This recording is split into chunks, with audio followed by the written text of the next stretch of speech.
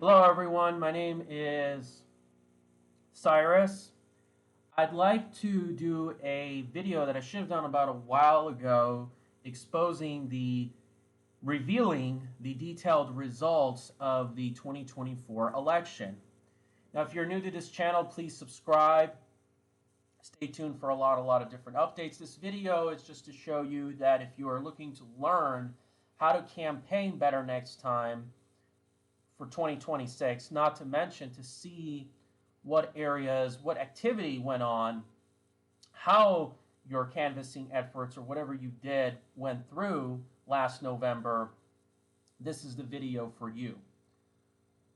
The 2024 election just showed that it was quite of a surprise in so many different levels. First of all, I'd like to point out that if you look at the change from 2020, overall, you can see that almost all of the country experienced a massive shift red. Okay? There was barely any county that shifted to the blue more than 3%. I don't think there were really any counties, believe it or not. One of the really interesting surprises was how states like New Jersey was relatively close. You can take a look at that. You can see how New York made a huge shift. Florida and Texas were in double-digit margins. Illinois on election night was within single digits. We weren't getting the results right away, final results or clear results from Minnesota, Virginia, New Mexico. And here's the other thing. Only a few states like Colorado, Utah, and Washington didn't really shift much to the right. California shifted a lot towards the right, although I don't think it did it the most. Nevada was the one that really shifted to the right, and it was more Republican than the so-called blue wall Rust Belt states. The same with Arizona and the same with Georgia. Atlanta area saw a significant shift too. When you look at the inner city areas, they got redder, but the suburbs, ironically, probably had the most shift towards the blue in the last election. I believe that's what Sam Dixon told me. He told me in an interview a few years ago that that state has really experienced some kind of blue influence. But other than that, let's go closer to home. Let's first talk about California, because you can see here, yeah, there was a significant shift in San Francisco. Some areas got redder. But once again, if you look at some of these districts, like the Ashbury Heights district, which, by the way, is experiencing high vacancy, believe it or not, some of those precincts went about 90% for Harris. Now, keep in mind, a lot of these deep blue areas, they did see significant votes for third parties. I think a lot of that was for Jill Stein. They were pretty much upset with the Israel and Palestine. Yeah, look at this, 90% in Berkeley, obviously. And then there was a precinct I found in the Seattle area that were also about 90, 95%. I can't remember where exactly it was. Yeah, right there. That's just the way they are. You know, it's just people are really into that ideology. I guess you can really say that. Now, Los Angeles, as we can go further away, we can see a lot of areas shifted towards the right. You can see a lot of the areas in South Basin, South LA, they shifted a lot towards the right. You don't see a lot in the coastal areas. Again, the demographics did play a significant role. You can see Beverly Hills, San Fernando Valley, they really shifted towards the right. Parts of Beverly Hills, believe it or not, went red. Look at that. Look at the margins, even parts of Encino. Sherman Oaks, the area that I was born and raised in, Studio City, went for Kamala Harris at pretty good margins, as by contrast to the rest of the San Fernando Valley. I think the next election, the Palisades area are going to change a lot. Keep that in mind. Now, what was very surprising was how Orange County didn't go red. Now, it went red on election night. It seems like a lot of mail-in ballots came in, and not only it flipped a lot of congressional races, but It also had an impact on the total result of Orange County, California, close to 3%. Nevertheless, it did shift a lot from 2020. A lot of areas went red, especially in the Santa Ana area, Anaheim. Not so much in South Orange County, California. Again, demographics vary, but as you can see, as the usual, Huntington Beach, Newport, Laguna Niguel, where I'll be heading tonight, a lot of them went red. And actually, let me show you the precinct, that I used to live in, where my mom lives.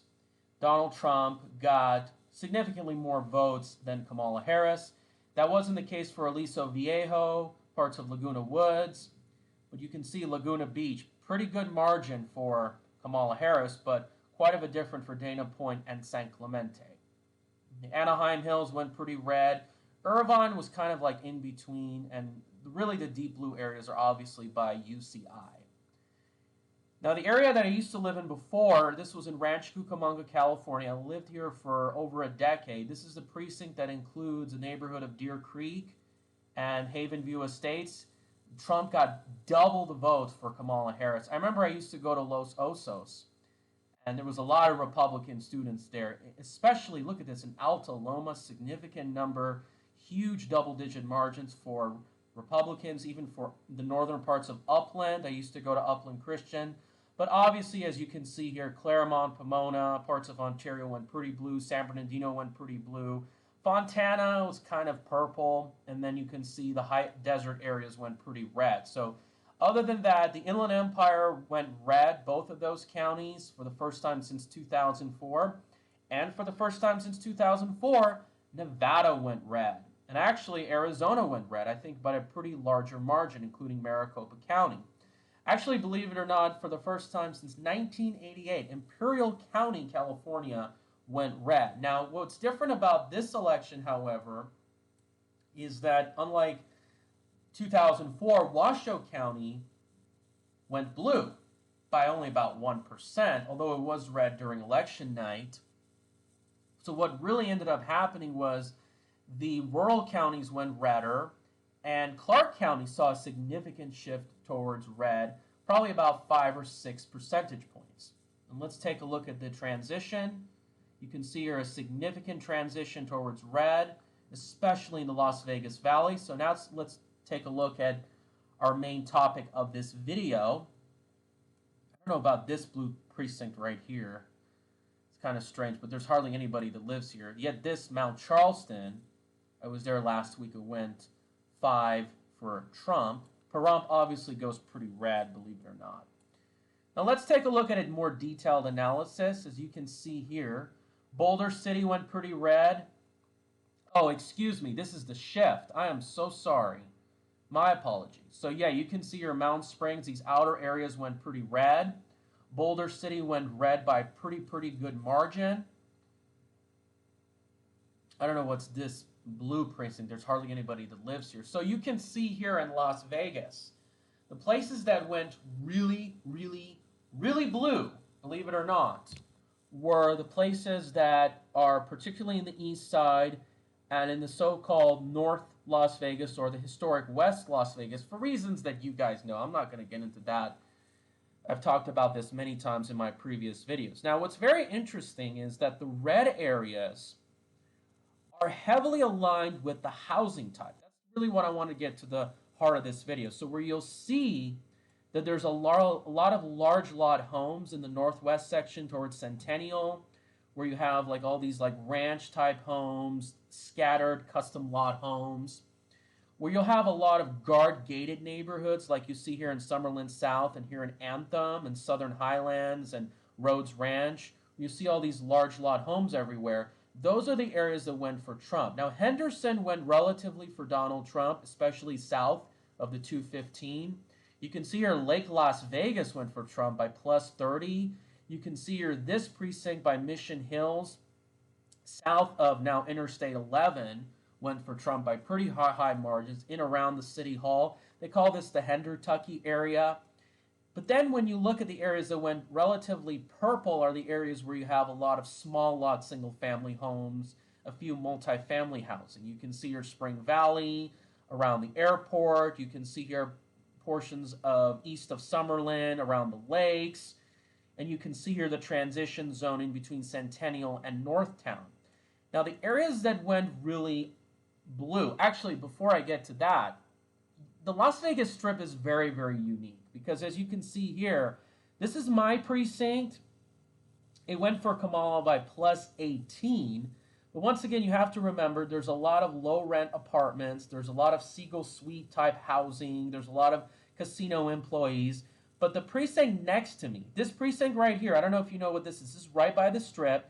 This includes largely the Panorama Towers, which are a lot of these luxury housing units. This South Strip, which includes many of the MGM properties, this one actually went for Donald Trump. And this is because it seems where you have a lot of these luxury apartments, it will go for Donald Trump. Now, there are some low-rent, not-so-good areas out here. Yes, that is true, but it seems like it wasn't enough. Now, this precinct went pretty blue because you have all these low-rent apartments here on Twain, Seagull Suites. This north end of the Strip went plus 25. Now, I think you know why, because as you can see here, actually there was a protest here, and you know what they were protesting? Fashion Show Drive. You know what tower is here? Is the Trump Tower, obviously. So Trump got 286 votes. I think this tower includes the Panorama Towers, or no, excuse me, the Turnberry Suites. This, however, this includes the Country Club. It went plus 18 for Kamala, but I guess including these lower-end homes right here. But when you see a lot of these lower-end homes, you'll see very good margins for Kamala Harris, including this precinct right here. This is north of Chinatown, Spring Valley. Now, downtown, you look at the Arts District. A lot of these areas, I think this is where you have all these hipsters. They voted for Kamala Harris by plus 30. The east side of Las Vegas, where you have these high immigrant populations, they voted for Kamala by good margins, although the change from 2020 and 2016 is very significant. You can see here, this is the bluest area, which I'm not going to get into that. This is Martin Luther King Boulevard. Now, here's the point I wanted to make, okay? My last video, I did a video about this Assemblywoman, what's her name? Sandra Wardiggy, okay? And you can see her district went relatively purple. I think Trump actually took that assembly district. There was a lot of assembly districts, even congressional district. The congressional district that covers Susie Lee, that includes mine. Drew Johnson ran against her. Trump took that district, but Drew Johnson lost, believe it or not. So what this tells you, you as Republicans, if you want to win these districts, you have to understand that you're not really getting those votes that you need, not because the district is so blue, it's because you don't know how to campaign. You don't know how to market. You don't know how to fundraise. You don't know how to get your voice out there. You don't know how to be the type of Republican that's going to get a lot of moderates and get them to vote for you. This is kind of the thing you got to keep in mind. That's really the point of this video. Now, as far as where I think the future is going, then again, we have to look at the fact that Republicans now overtake Democrats in voter registrations. This is a sign that potentially, what's the governor's name? Joe Lombardo is probably going to be reelected. I just don't see Aaron Ford getting reelected. I can just tell you that. To be honest with you, I mean, what is he going to campaign on? Let's just be honest. Abortion? Seriously. Now, maybe there might be a better candidate. Could be Michael Naft. Could be Gibson, although Gibson ran for governor in 2006. He's probably going to appeal to more moderates. He can probably get a higher share of Clark County. It's very, very hard to see. But you can see here, yeah, much of Summerlin went red. Now, what do you guys think about this? Do you guys think that Clark County is going to go bluer? Do you think that Nevada could be the next Florida, where Clark County will be the next Miami-Dade County? Do you think that it will get to the point that the majority of Latinos will vote red? Now, keep in mind, though, Las Vegas does have a disproportionate number of unauthorized immigrants. Do you think that there's going to be more gains among Republicans when it comes to blacks and so forth. I mean, there's all these factors into consideration. So you guys let me know what you think. And as far as Democrats concerned, I believe they elected their new DNC chair. If they're going to push identity politics, it's going to be hard for them to see what they can do. Now, then again, could we see voter ID? Could we see the end of mail-in ballots? Could we see all these things changing? All these things do significantly matter. Keep this in mind. Not to mention, could they appeal to more of the economic issues and try to gain more votes? Because if they don't, they may not only lose a congressional seat, they may lose a lot of state legislative seats. Okay? Now, one of the things about the election that did surprise me was how there were some outsiders that won the Clark County Unified School District race. A Republican actually won the county commission race. So could we see more Republicans win? Okay. Now, again, I'm not here to endorse anybody. I'm not here to support a specific politician or candidate. But then again, if there is a politician who has sat down with me, we have great conversations, I've done research on him, I'm willing to support them. They're willing to get things done. And it's important for you to also go to the state legislature and significantly make a difference. All right, you let me know what you guys think. Let me just kind of show you the county results before I forget. Yeah, Wine Pound County in Elko, which I was there last July, 57 for Trump. Eureka County, 78. Elko, 57. Look at all this.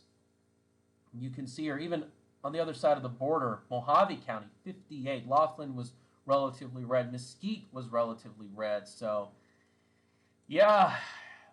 What do you think? Where do you think this is all headed? Thank you guys so much.